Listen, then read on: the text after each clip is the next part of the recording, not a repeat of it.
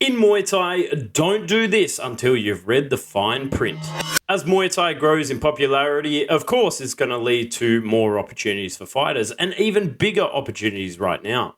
We're seeing a shift from fighters being free agents to now being contracted to some of the world's biggest promotions. You need to think about your career direction.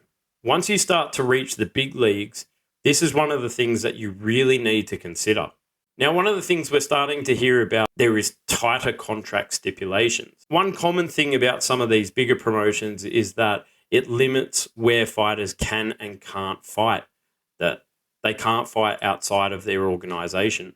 Now, some of these contracts have stipulations like a 5-fight term, which means basically that you can only have 5 fights in that organization over 2 years.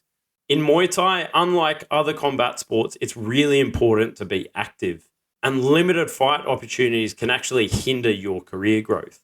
What I'm trying to tell you is do your due diligence when it comes to contracts. Avoid rushing into long-term contracts without knowing what they stipulate.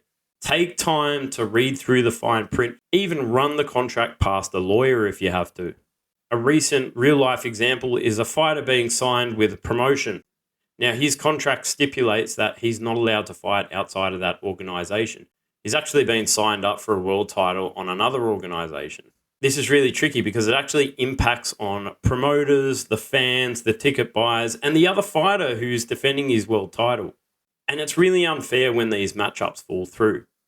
It's your responsibility as a fighter to understand your contracts, research what it says, and make sure that you know what you're doing inside of your contract.